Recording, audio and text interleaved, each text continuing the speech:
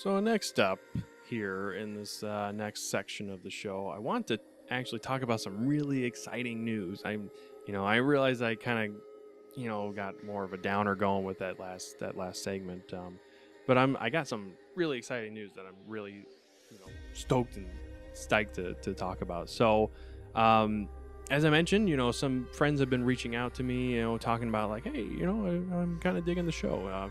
Probably because of the fact that now it's going up on YouTube. So, like one friend actually said that he actually finds the YouTube episodes easier to consume, even though the podcast is more convenient. And that's exactly why I started doing the YouTube thing, because I figured there were people out there like that even though, the podcast might, in the end work better, some people just prefer to do it, watch it, have a video along with it.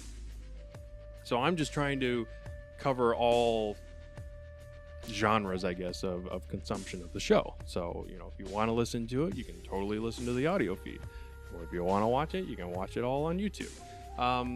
But anyway, what I was getting at is that this person is actually one of the friends that is doing the very thing that I'm working towards. He's an English teacher in Japan, and we just kind of got to talking, and I decided to approach him and another friend that's also doing this. Interestingly enough, they both actually work for the same company, but one is in, I think, the Kobe area, and then my other friend is in Sapporo.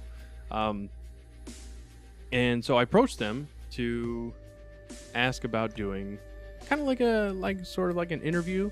I don't really know if interview is the right word, but the three of us are gonna get together and we're gonna have a discussion, and there'll be I will definitely have a list of questions from myself, but I'm also throwing this out to you, the audience. If there are those of you interested in doing what I'm doing, or you're working towards at least temporarily becoming an English teacher in Japan. I suppose this can apply to, if you want to teach English in other countries, but this is going to be Japan specific, because the road to Japan is the name of the show. So, like I said, I'm going to be building up a list of questions to ask these guys. Now it's, what is it? It's March 15th right now. So the plan is actually for this to happen sometime during the summer. So this is not happening immediately. We want to make sure to get plenty of planning in, just because that's sort of how I am. Not to mention, just to make sure that our schedules are more open, because like I said, they're both teachers. So their schedules might actually work a little bit better in coordination if we're doing this during the summertime. Plus, my schedule should probably be a little bit more open as well, because I'm debating right now if I'm going to be taking classes during the summer. I'm leaning more towards not, because there's plenty of YouTube stuff that I want to work on. So anyway, I just wanted to kind of throw that out there. There's not really many details to give at this point in time, just because we're in the very early stages of planning. But like I said, it's gonna happen sometime during the summer. And the plan, at least right now, is that I want to also stream it and use it with Google Hangouts. So just have it be, the three of us, doing. It probably won't be a typical show. It'll probably be kind of like a one-off thing. And actually, it might be the only thing closest to a show that happens over the summer, because if I'm not taking classes, then I'm not going to really have a lot to talk about. So the show may go on a break, kind of like it did over the winter time. But that's the plan. We're working on times right now, trying to get a time to do this, because there is a difference. I think they are 9 hours ahead of me. I might be wrong on that. But there is a pretty large difference, so I'm going to try and see if I can figure something out to get it so that there's a time that because like I said, it's going to be streamed, so it's going to be broadcast, out to you, the viewers, and it'll more than likely be on YouTube. And if I understand correctly, there can also be like live comments and stuff. So if you're looking to just watch and you come up with a question like right then and there, you can ask in the comments, and then two guys will be able to answer for you. So yeah, that's as far as I can really talk about it right now, because we still got a lot to figure out. But if you come up with any questions that you would like me to pass along to these guys, you can always write in, email at theroadtojapan.com, or you can tweet if the question is short enough.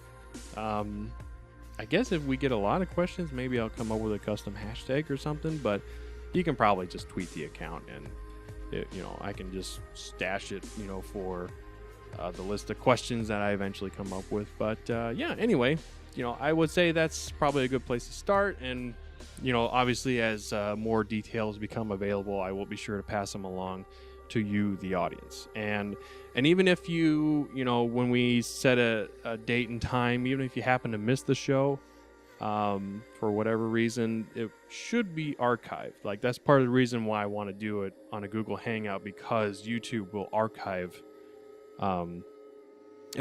the conversation once it's finished. So yeah, I'm really excited to do that. I hope you guys are too. So let's see, looking at my agenda here. What are we looking at? Okay, so I'm gonna give a little Japan note.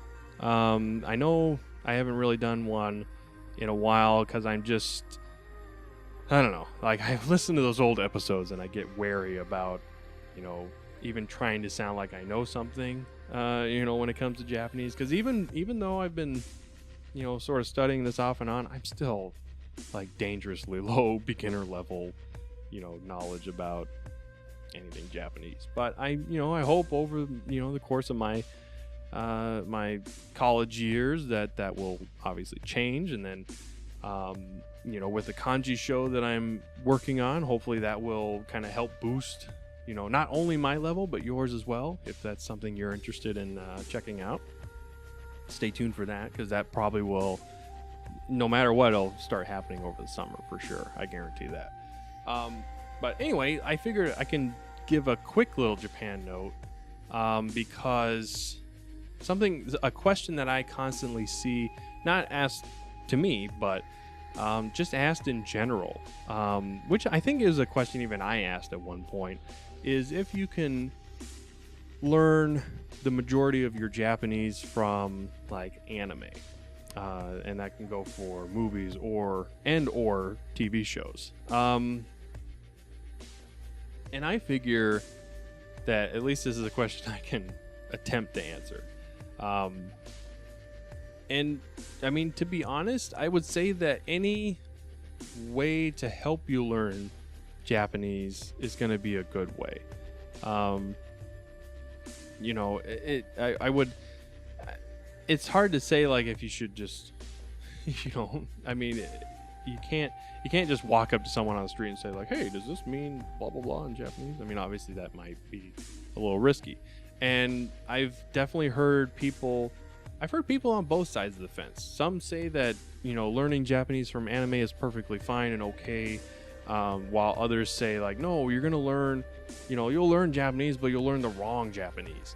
And I don't know, I think I fall somewhere in the middle, because, like, I have some knowledge of Japanese, like textbook, classroom Japanese. I'm definitely able to pick out, words and phrases and stuff when I'm listening to, because I mean, at this point, I typically try to watch any Japanese movie or show, anime included, subtitled, because I want to hear, the spoken Japanese, because that's going to help with my listening. Same reason I listen to the radio at work. Now, are you going to learn perfect, exact conversational Japanese from anime? Probably not. It can definitely help you in your studies. But like I continue to say, like if you've seen my Hanko video, or more importantly my kanji learning accessory video, I mentioned in there that even with the flashcards or the kanji day calendar thing that I talked about, those are, alone are not going to make you fluent in Japanese. And I don't think watching a bunch of anime is going to do that either, but it can help. It can help reinforce what you are learning.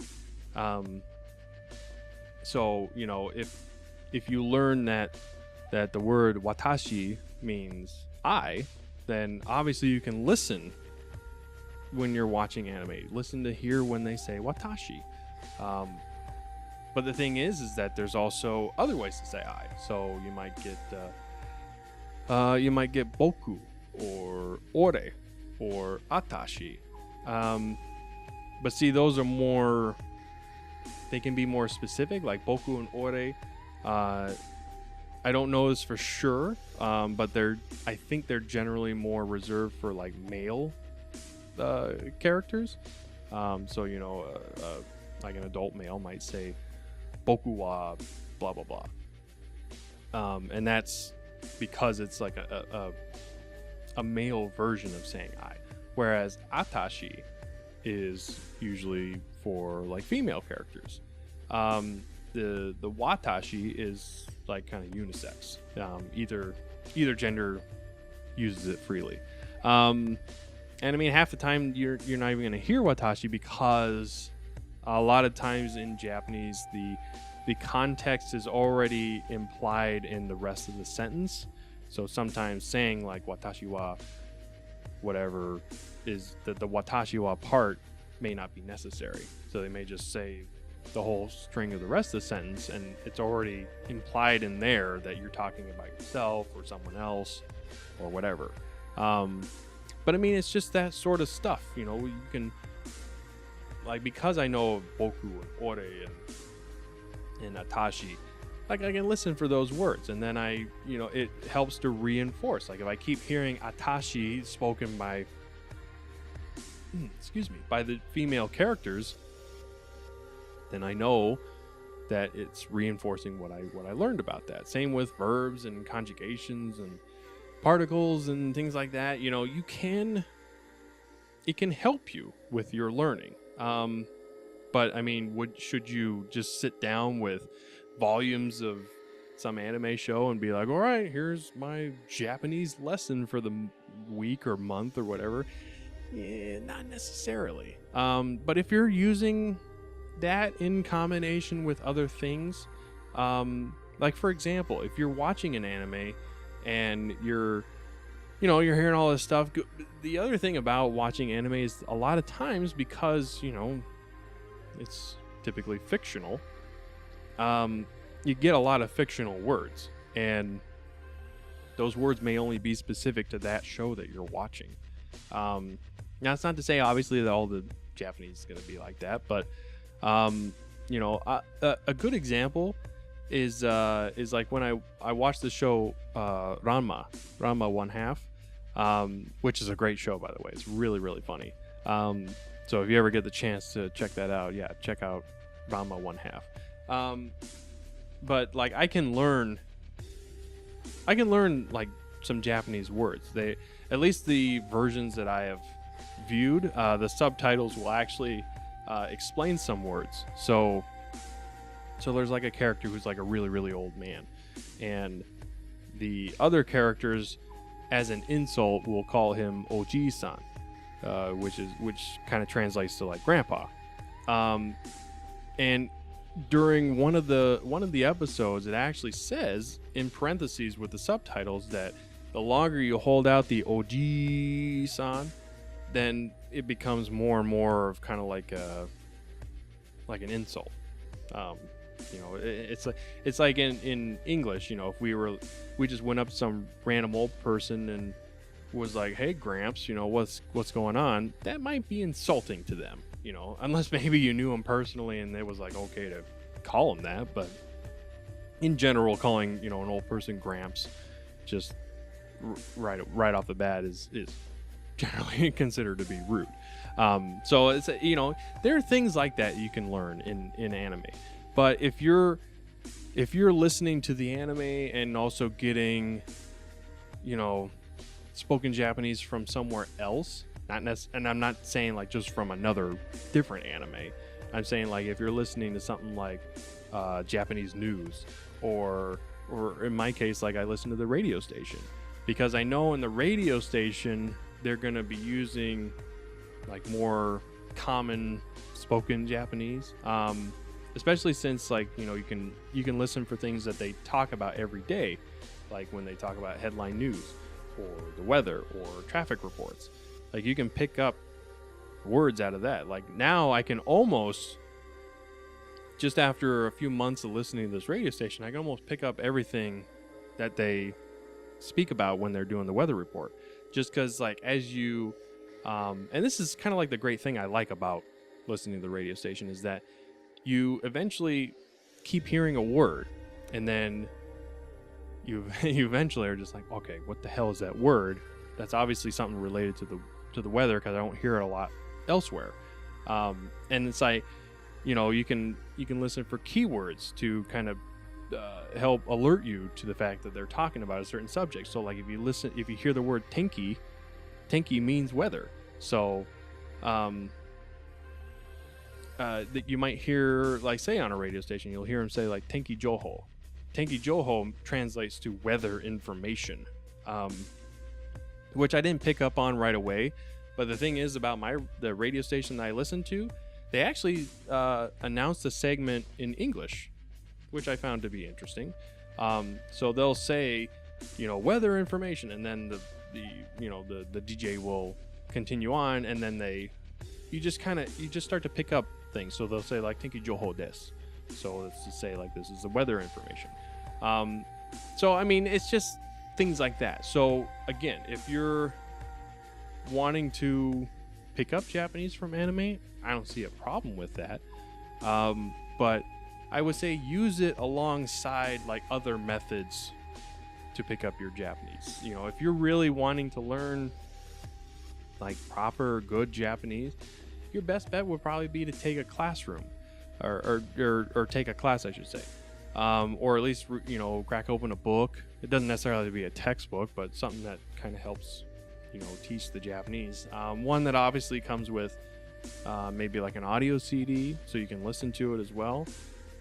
There are a ton of aspects into learning a language, and it's just a matter of what's really going to work for you.